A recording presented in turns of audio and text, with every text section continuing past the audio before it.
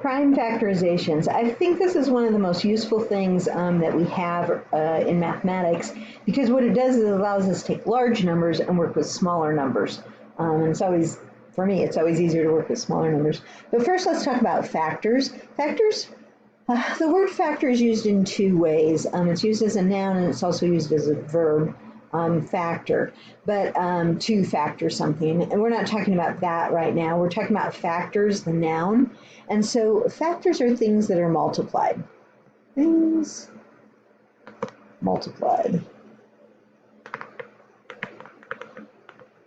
So if you had 3 times 6, 3 is a factor, 6 is a factor, 3 times 6 is 18. You could say something like that. Okay.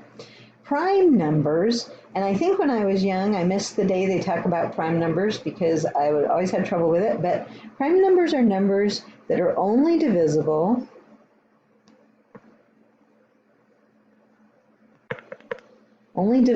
by 1, the number 1, and itself, the number, itself.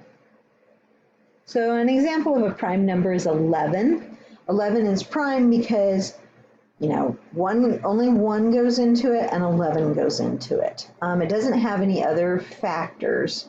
2 won't go in, 3 won't go in, 5, 6, 7, 8, 9, 10, none of those go in. And so it's a prime number because it's only divisible by 1 in itself. If you're not a prime number, then you're a composite number. And this is, we're talking about this set of, well, it's for all n. When we talk about prime numbers and composite numbers, we're talking about any number greater than, any whole number greater than or equal to 2. 1 is not considered prime. It's in a movie Contact. They say something about 1 being a prime number, and all the mathematicians are in an uproar because 1 is not considered a prime number. It's the multiplicative identity. So we start with 2 when we're talking about prime numbers and composite numbers. So 2 is actually a prime number. 3 is a prime number, but 4, see, 4 you could split up. You could break it into factors 2 times 2, right? And so it's considered a composite number. 5 is a prime number, but 6 is a composite number. 7 is a prime number, but 8 is a composite number because it breaks down into 2 times 4 and so on and so forth.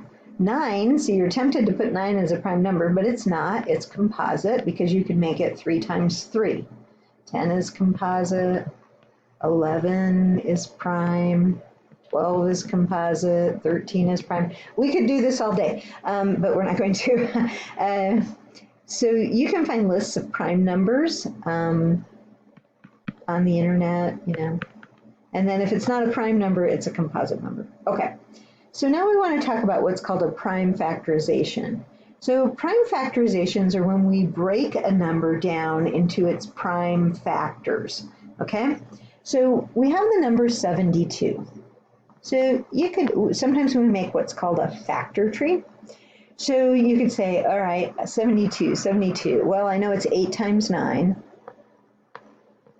And you might be saying, well, wait a minute, I was going to do 2 times 36. That's fine. The great thing about a prime factorization is no matter how you start it, in the end, we should all have the same answer. Okay, but you keep going. 8 is not prime, and so we have to break it down. 8 is 2 times 4. Now 2 is prime, so that one's done. That's why I put a circle around it. 4 is not prime. It breaks into 2 times 2, right? Now let's look at the 9. 9 breaks down into 3 times 3. And 3 is prime, so we get to circle those. So that's what we call a factor tree. Sometimes we call it that because it kind of branches out. And if you were to write the prime factorization, you could write it as 2 times 2 times 2. I'm using the dot to represent multiplication here. Times 3 times 3. Sometimes it's helpful just to write out the prime factors. When we do that, we put the smallest factor first and then the next largest factor. So we would group it like that. Now, some of you may be familiar with exponents. We haven't really talked about that yet.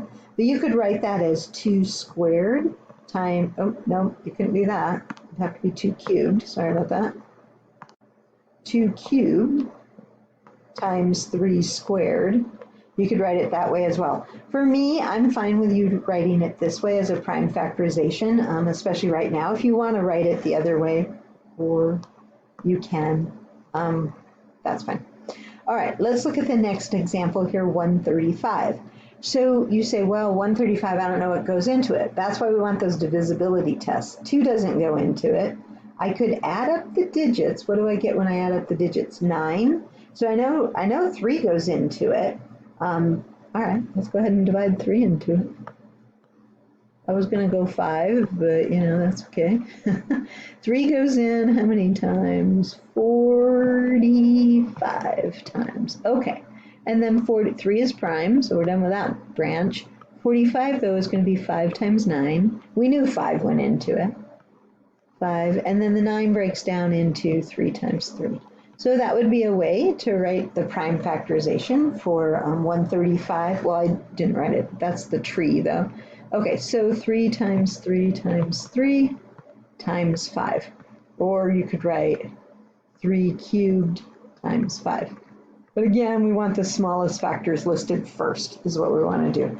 So sometimes it's really helpful for different things that we do to look at a number, instead of looking at 135, to think of it in terms of being, 3s and 5s, and how is that going to work out, and what are we going to do?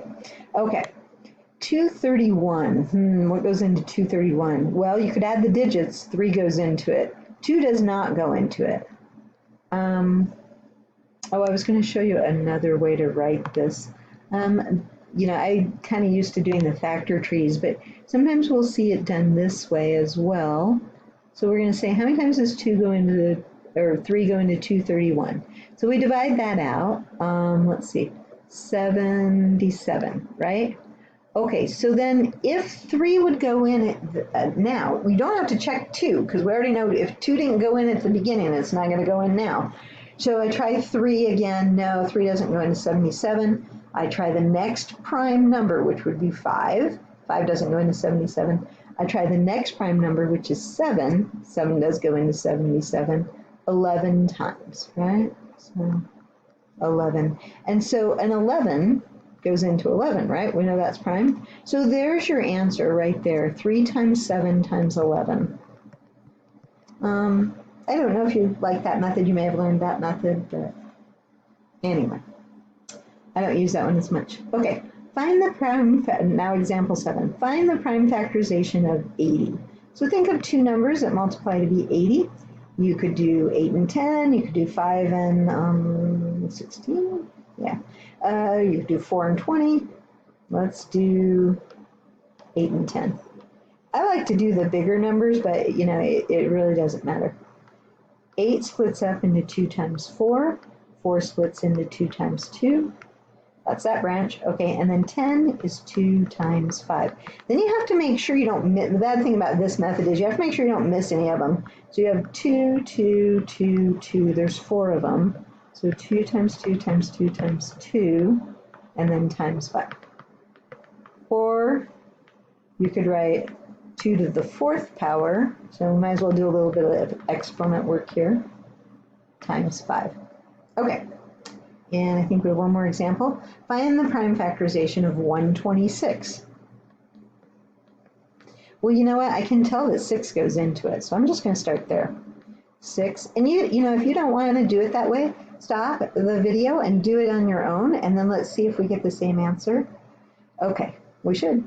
6 goes into 126. 21 times? Okay, yeah, that works for me. 6 breaks into 2 times 3. 21 breaks into 3 times 7. And there's my prime factorization right there. 2 times 3 times 3 times 7. Or 2 times 3 squared times 7. Okay, so prime factorization is very useful.